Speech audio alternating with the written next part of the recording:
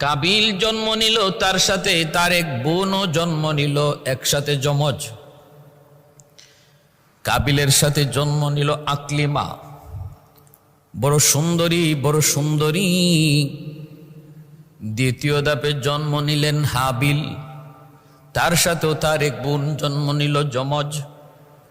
কিন্তু বোনটা এত সুন্দরী নয়, এত সুন্দরী নয়। এবার বলুন, বিবাহের আল্লাহর দেওয়া রীতি, আল্লাহর দেওয়া সিস্টেমটা কেমন? আল্লাহর দেওয়া সিস্টেম, আল্লাহর দেওয়া নিয়ম হলো, কাবিলে বিয়ে করবে হাবিলের সাথে যেই মেয়ে জন্ম নিয়েছে তারে, আর হাবিল বিয়ে করবে কাবিলের সাথে জন্ম নিয়েছে যেই মেয়ে আকলিমা তারে। এটা হলো আল্লাহ পাকের বিধান, আল্লাহ পাকের রীতি, আদম আলাইহিস সালামের শরীয়তের বিধিবিধান। কিন্তু কাবিল মেনে নিতে পারে না।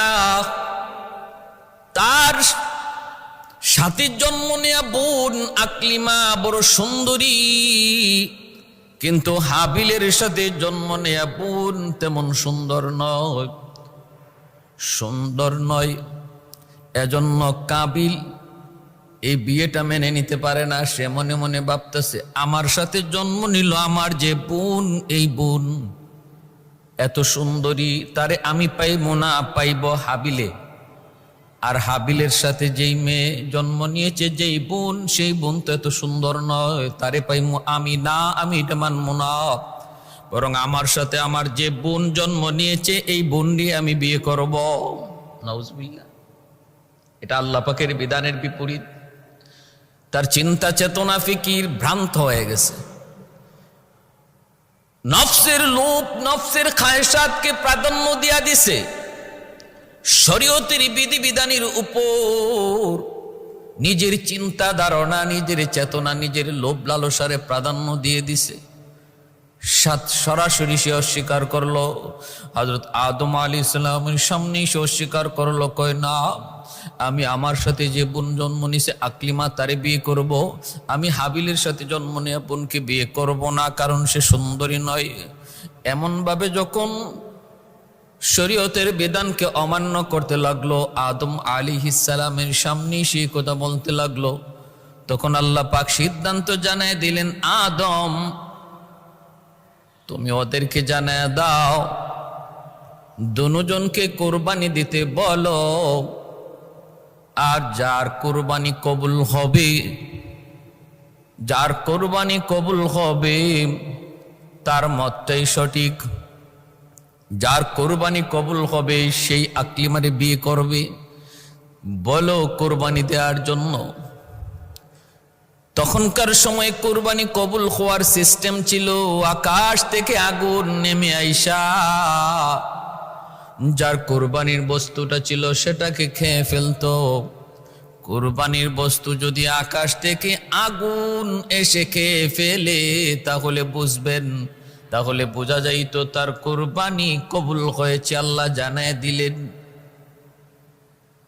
এইভাবে কোরবানি কবুল হওয়া বুঝার আলামত, বুঝার সিস্টেম আল্লাহর পয়গম্বর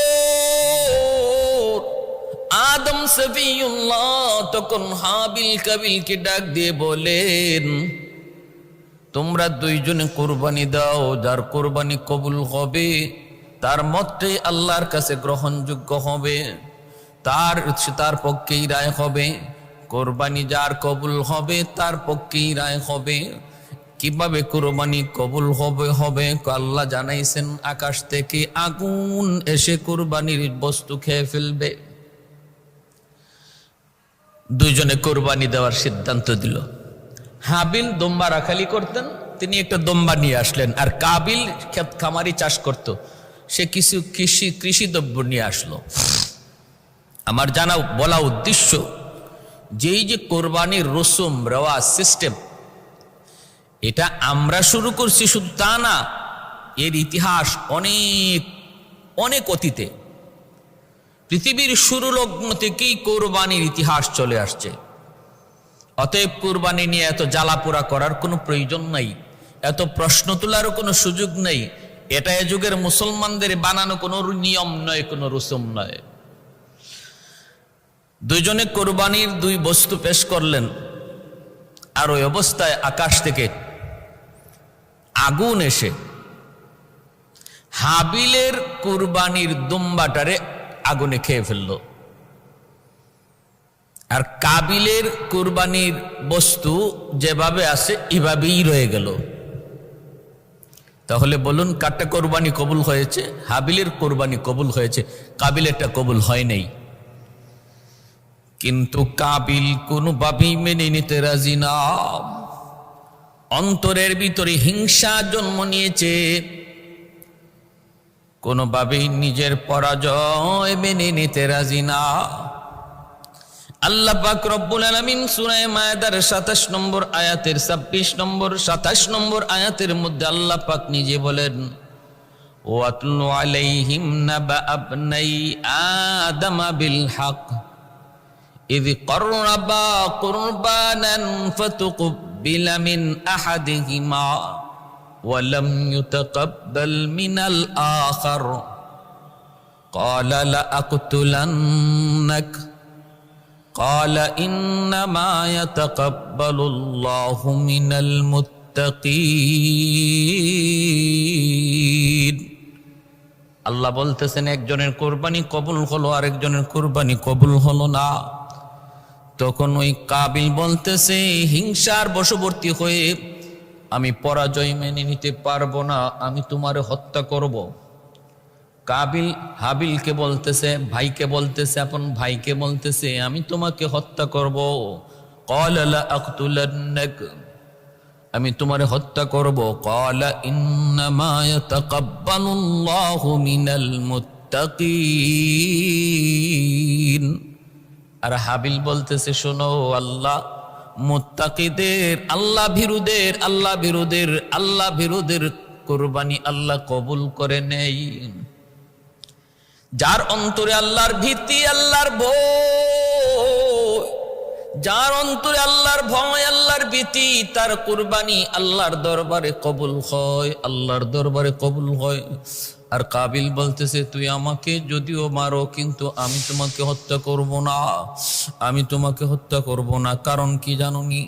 ইন্নী আখাফুল্লাহ রাব্বাল আলামিন,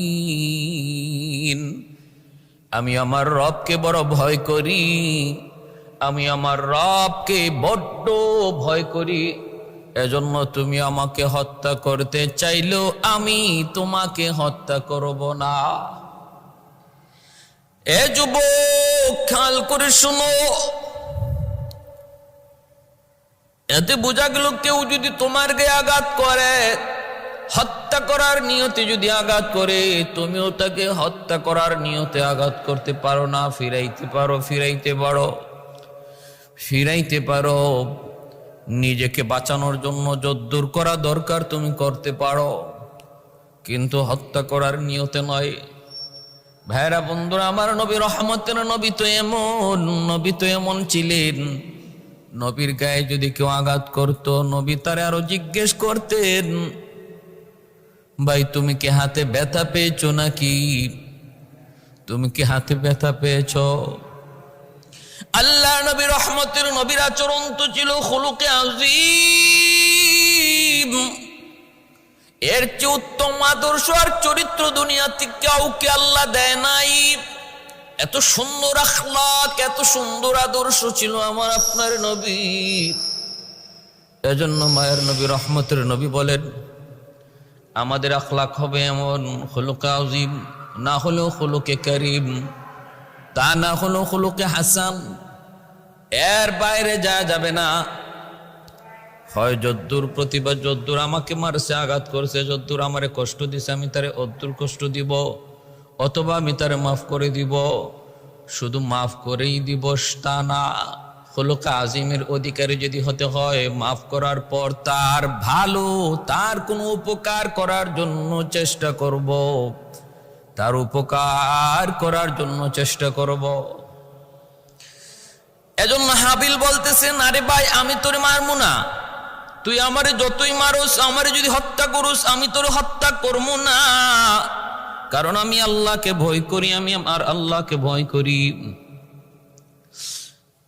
কাবিল অন্তরে হিংসা নেওয়ার পর এক পর্যায়ে হাবিলকে হত্যাই করে ফেলল। কারণ শয়তান যেমন আদম আলাইহিস সালাম এবং মা হাওয়া আলাইহিস সালামকে জান্নাত থেকে দুনিয়ায় পাঠায় দেয়, সে নিজেও কিন্তু দুনিয়ায় আসে, লানতের তখ্ত লিয়া দুনিয়ায় আসে। আর আল্লাহ পাক রব্বুল আলামিনের কাছে কিছু পাওয়ার আর শক্তি নিয়ে আসে। মালিক, যেই মানুষের কারণে আজকে আমি লানতের তখ্ত পইরা জাহান্নামী হলাম, এই মানুষ কেমন করে জান্নাতে যায় আমিও একটা দেখব। আমাকে তুমি কিছু বিশেষ শক্তি দাও। বিশেষ শক্তি, 1 নম্বর হায়াত দিবা কিয়ামত পর্যন্ত, হায়াত আমার কিয়ামত পর্যন্ত। 2 নম্বর মানুষের রগ রেশার ভিতরে ডুইকা যেন ওয়াসওয়াসা কুমন্ত্রণা দিতে পারি, সেই শক্তি আর ক্ষমতা তুমি আমাকে দাও। আল্লাহ পাক রব্বুল আলামিন শয়তানের মনের ইচ্ছাগুলো আল্লাহ পূরণ করলেন, দাবিগুলা পূরণ করলেন, আর বলে দিলেন, শুন, ইল্লা ইবাদাকা মিনহুমুল মুখলাসিন, আমার যারা নেককার বান্দা, যারা আমি আল্লাহকে ভয় করে, আমি আল্লাহর ভয় অন্তরে নিয়ে চলে, তুই তাদের কোনো ক্ষতি করতে পারবি না। কয় আমি ডান দিক থেকে আমার ষড়যন্ত্রের জাল বিছাবো, বাম দিক থেকে ষড়যন্ত্রের জাল বিছাবো, সামন দিকে ষড়যন্ত্রের জাল বিছাবো, পিছন দিক থেকে ষড়যন্ত্রের জাল বিছাবো, তোমার বান্দা যাবে কোথায়?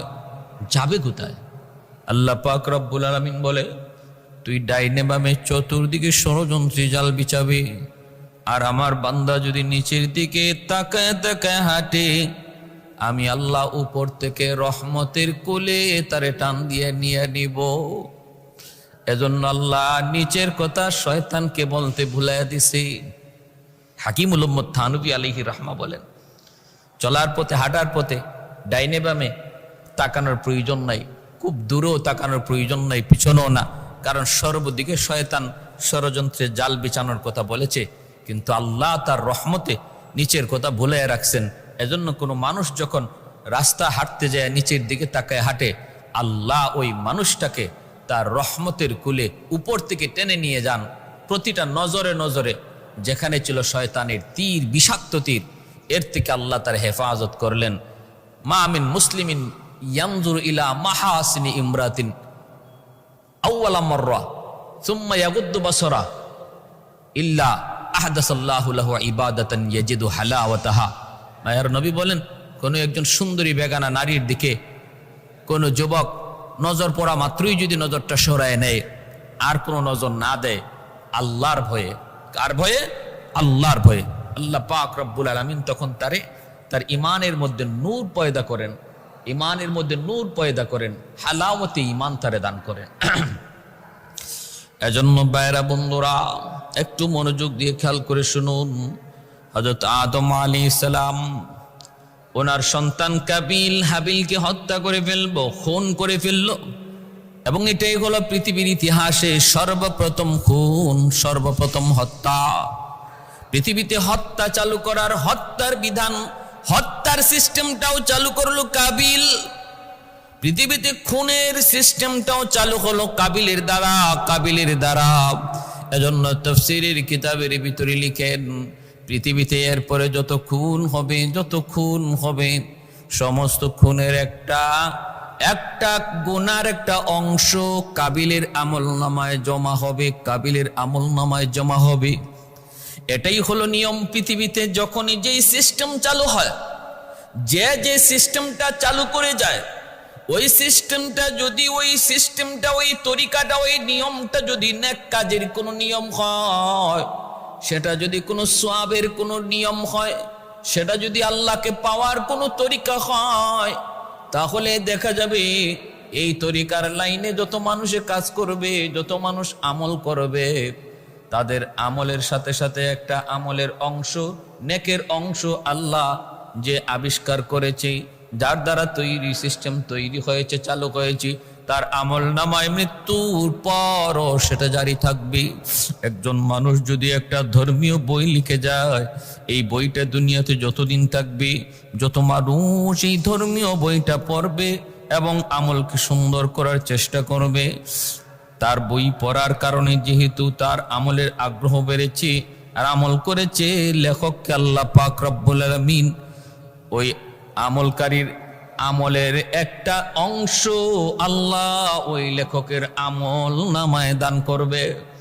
আর যদি কোনো মানুষ কোন গুনার প্রথা চালু করে যায়,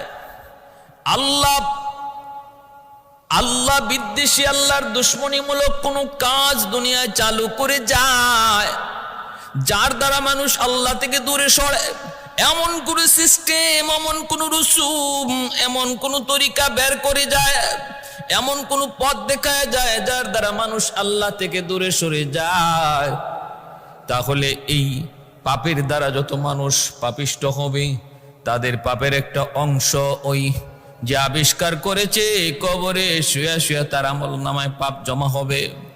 পাপ জমা হবে। পৃথিবীতে সর্বপ্রথম খুন খুন খুন মানুষ হত্যার রসুম রেওয়াজ, মানুষ হত্যার সিস্টেম আবিষ্কার তৈরি হয়েছে কাবিলের দ্বারা। এজন্য এখন পর্যন্ত কিয়ামত পর্যন্ত যত খুন হবে, এই খুনের একটা গুনার অংশ কাবিলের আমল নামায় জমা হয়। আমার ভাইয়েরা, বন্ধুরা, এজন্য আল্লাহ পাক রব্বুল আলামিন বলতেছেন, সে তো হত্যা করে ফেললো।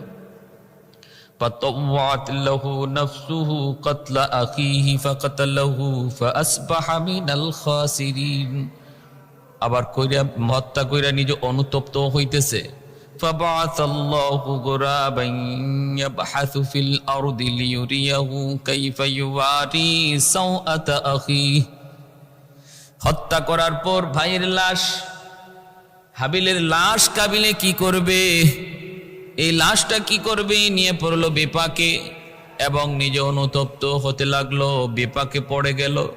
এখন কি করব, কেমনে কি করব? ফাবাআসাল্লাহু গুরাবান, আল্লাহ পাক রব্বুল আলামিন তখন একটা কাক, কালো কাককে আল্লাহ পাঠাইলেন। এই কাকের দ্বারা তার লাশ দাফন করার সিস্টেম আল্লাহ তারে শিখাইলেন। আল্লাহ দেখাইতেছেন একটা মৃত কাককে, একটা কাক মাটি খুইরা মৃত কাকটাকে সে গর্তের ভিতরে রাখতেছে। ইয়াবহাসু ফিল আরদি লিয়ুরিয়াকু কাইফা ইউয়ারি সাওআতা আখিহি ক্বালা ইয়া ওয়াইলাতা আ'জাজতু আন আকুনা মিসলা হাযাল গুরাব ফাউয়ারিয়া সাওআতা আখিহি فأصبح من النادمين। আফসোস করে আর কয়, হায় রে, আমি কাকের মতো তো বুদ্ধি রাখি না। কাক তখন তারে দাফন করার শিখাইল এবং পৃথিবীতে সর্বপ্রথম মৃত মানুষ দাফন করার তরিকাও আল্লাহ ওই হাবিল কাবিলের এই ভাইয়ের মৃত্যুর দাফনটাকে দাফন করার দ্বারা এই দাফনের সিস্টেমটা আল্লাহ চালু করে দেখাইলেন। ভাইয়েরা আমার, এজন্য বলতেছি, হত্যা করা আজকে আমাদের সমাজেও যত সামান্য কিছু বিষয়, সামান্য স্বার্থের কারণে মানুষকে হত্যা করে ফেলে, ভাই ভাইকে হত্যা করে ফেলে। এই যে হত্যাটা করলো কাবিল হাবিলকে, বড় কোনো স্বার্থ ছিল না, বিশাল কোনো স্বার্থ এর সাথে জড়িত নয়। সামান্য একটা মনের লোভ, খায়সাত, এই খায়সাতকে প্রাধান্য দিতে যায়। আমাদের সমাজেও এমন সম্পদের লোভে পইরা, ক্ষমতার লোভে পইরা, পদের লোভে পড়ে, চেয়ার পাওয়ার লোভে পড়ে আজ মানুষকে প্রকাশ্যে খুন করছে, ভাই ভাইরে খুন করছে। অথচ এই খুন কত বড় জঘন্যতম অপরাধ। আল্লাহ বলেন, ومن يقتل مؤمنا متعمدا فجزاؤه جهنم خالدا فيها وغضب الله ولعنه وأعد له عذابا عظيما। আল্লাহ পাক রব্বুল আলামিন বলেছেন, কেউ যদি কোনো মুমিনকে হত্যা করে তাহলে তার ঠিকানা ডাইরেক্ট জাহান্নাম, ডাইরেক্ট জাহান্নাম। খুনি কখনো আল্লাহর আদালতে মাপ পাবে না, কখনো মাপ পাবে না।